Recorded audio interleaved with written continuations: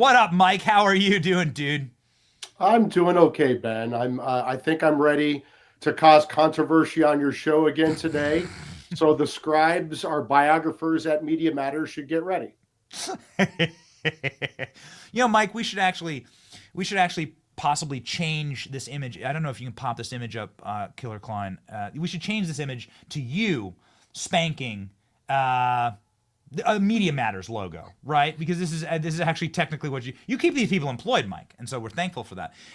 Somebody who's been employed is Juan Merchan's daughter, and we just read through her list of clients. And I'm wondering to myself, how in God's green earth does the party that talks about the justice system in the United States and the impartiality of it justify having a judge that is literally granting the loving wish of his daughter to put Trump in jail, and she's making millions, if not hundreds of millions, off of the promise of putting Trump in jail? How is this not conflicted out? How is this even reality today, what we're watching, President Trump getting sentenced? Well, when you import the third world, you become the third world. And that's exactly what we have with this third world Marxist trash judge, Juan Merchan, this Democrat Manhattan judge, this partisan, corrupt, dangerous judge. And like you said, Ben, I know you just had Julie Kelly on. When you have a judge in New York whose adult daughter, Lauren Merchan, is raising millions of dollars off of this unprecedented, bogus criminal prosecution her father is overseeing against the former and future president of the United States, along with this judge donating to Joe Biden and this judge's daughter, Lauren, on the payroll of Kamala Harris. This judge Yes. had to recuse under New York statute. And that's just not just mean Mike Davis saying that. A former Clinton judge went on Caitlin Collins' show on April 5th on CNN and said that Judge Merchan had to recuse because of his daughter Lauren Merchan's business interest that created a conflict of interest for him. How did this third world trash judge respond to President Trump's recusal motion? This third world Marxist trash judge said he was going to throw President Trump in prison if he mentioned his daughter Lauren Merchan in this conflict of interest again. And there are so many reversible errors in this case. And so I'm glad the Democrats had their cathartic sentencing today, because it is going to backfire and backfire spectacularly. Because right now the Democrats think they're the hunters. And guess what? On January 20th at noon, they're going to become the hunted. And I'm going to make damn sure of that as a private citizen at the Article 3 Project, exercising my God-given right to speak and to lobby government. I'm going to make goddamn sure the Trump 47 Justice Department opens a criminal probe on these. I won't say this on your family-friendly TV show, but I'm going to make damn sure that happens. I'm going to make that my very public advocacy every day until Juan Merchan's ass is in prison. Here we are, Mike. Just the receipts, because it's important. You name dropped Kamala Harris, and up at the very tippy top, this is their website. It says Kamala Harris for president. This is Juan Merchan's daughter. This is her top client.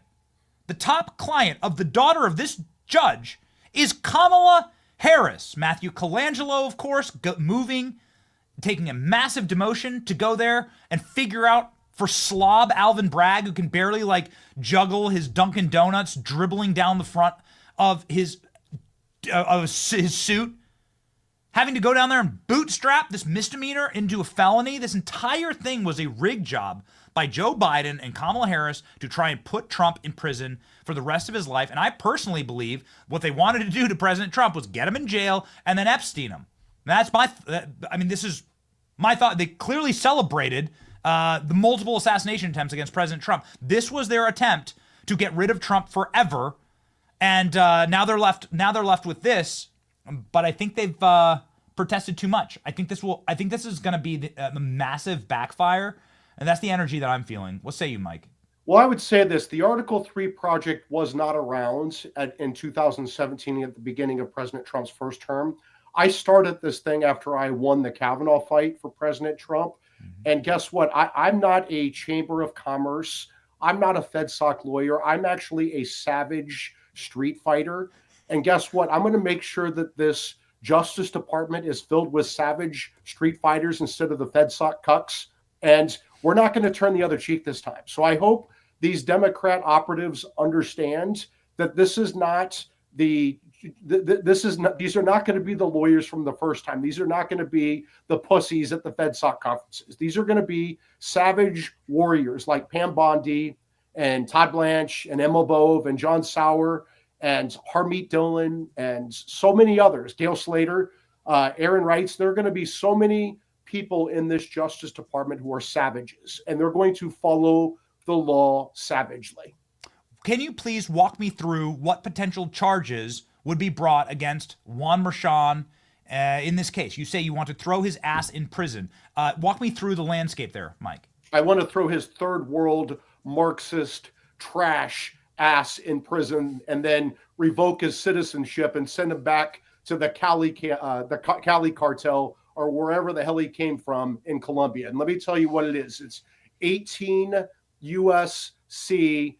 Section 241, conspiracy against rights, a very serious federal civil rights felony. And when you politicize and weaponize intel agencies and law enforcement to go after your political enemies for non-crimes, which is exactly what happened here, you have committed that very serious federal civil rights felony. And judges are not immune from 18 U.S.C. Section 241. So I would say to Juanito, or whatever the hell this judge's name is, this third world Marxist trash, that you better lawyer up, buddy, because there has to be a criminal probe. You are corrupt.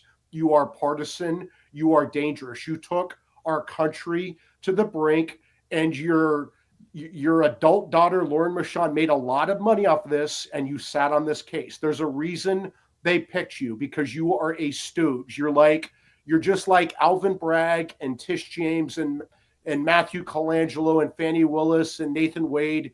You guys are just bottom of the barrel lawyers and judges, the dumbest people in the legal system, so the George Soros types can use you and manipulate you like puppets. Like, for example, putting your adult daughter Lauren on Democrat payroll and making her a lot of money, which is corruption by Judge Merchan to stay on this case.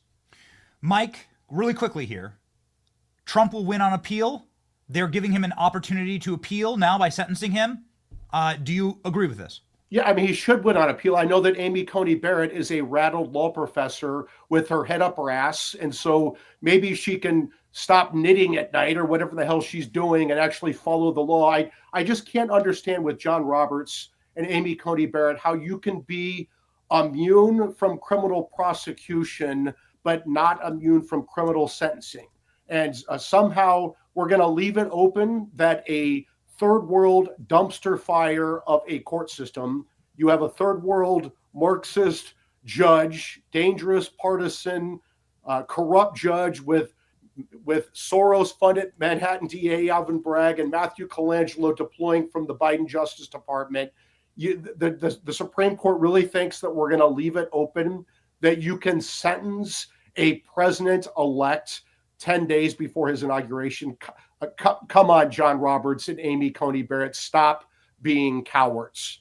It does seem like I read the order, and I'm no smart legal mind, Mike, but this seems really dangerous because they said, no, this is regular order for the court system. No, it's not. The dude's going to be the entire executive branch embodied in one man, as close as you get to a king in our modern era with the most powerful seat in all of government anywhere to ever exist in 10 days.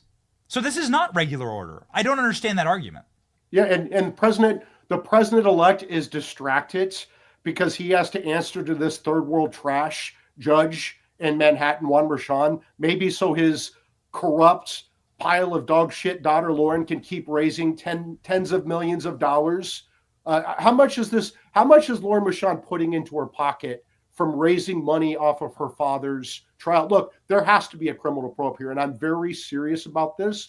I'm going to say this very publicly. I'm going to lobby and pressure every day for the Trump 47 Justice Department to open a criminal probe under 18 USC Section 241, conspiracy against rights. That's one of the charges that Jack Smith brought against President Trump in D.C. for the non-crime of a presidential candidate objecting to the presidential election, which is allowed by the Electoral Count Act of 1887 and the First Amendment. It's certainly not legal, though, to politicize and weaponize our intel agencies and law enforcement at every level, federal, state, and local, to try to take out your political enemies. And every person who participated in that, prosecutors, agents, witnesses, judges, and other co-conspirators, must be subject to this criminal probe. Really quickly here, Mike, you're a man of the Senate. Confirmations for Donald Trump. I know that you're working with them hand in glove. I know you're working very closely with a ton of Trump confirmations. Are we good? Well, look, again, I didn't have the Article 3 project the last time because we would not have had to wait 18 months to confirm Justice Department officials the last time. And I'll tell you this, when President Trump nominated Kash Patel and Pete Hegseth and Tulsi Gabbard, all the very smart people, including Senate Republicans, the pukes in the Senate, said these nominees are dead on arrival. Well, guess what? The Article 3 project at our action page lit them up. We had tens of thousands of people call them and email them. And in 3 days, we went from dead on arrival to when can they start? And we are going to be in this fight every day for the next 4 years, because this establishment in DC, the uniparty establishment, will do everything they can to undermine President Trump. But guess what? We're not going to let it happen again this time at the Article 3 project. We will, as I told the New York Times when I started this thing, I am taking off the gloves and putting on the brass knuckles, and I will break their glass jaws, legally, politically, and financially, of course. Freaking fired up, Mike. Any parting thoughts to President Trump? I know he's just finished speaking in the audio. We're getting that loaded right now. We have President Trump speaking from the courtroom. Mike, you're welcome to listen to it with us, but I know you're very, very busy today and you have to go. But parting thoughts for President Trump entering into this administration in 10 days. What is the message from the Article 3 project? I would say this to these Democrats. President Trump is not your typical cuck Republican. He fights. They tried to throw Trump in prison for life with 4 different indictments. They tried to bankrupt him. They tried to throw him off the ballot in Colorado and Maine and elsewhere. They tried to take off his head when they intentionally underfunded his Secret Service protection. And Joe Biden said that Trump was the gravest threat to democracy.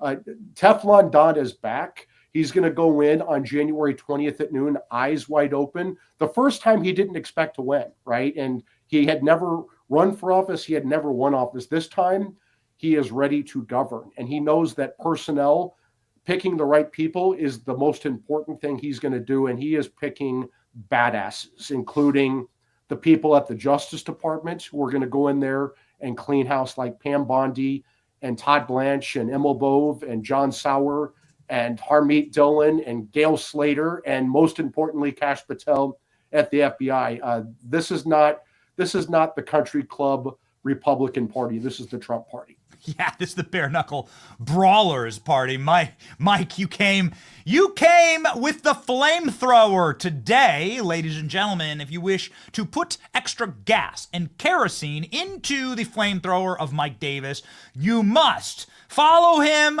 on X. 330,000 subs. Make sure Mike gets to 1 million in Trump's first term. Ladies and gentlemen, in front of Trump's first year of his second term. 47, let's go, baby. Mike's organization right here, the Article 3 project. This is their web, and we already have the quote up. Mike, you're good. Look at that. The quote that you just said on the program's already up on the web. What I want to do with the Article 3 project is take out the gloves and put on the brass knuckles and fight back. There it is.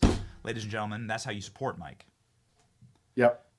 Yeah. I think I said break their glass jaws. I think my press team fixed that quote so I don't go to jail. Ooh, Mike, Coming in hot as ever. My friend, thank you for fighting with us through all of this. Every single case went down in flames, and it is in no small part because of you and your work. And so everybody go support Mike, a true patriot, and with a red heart as red as his hair. Thank you, Ben.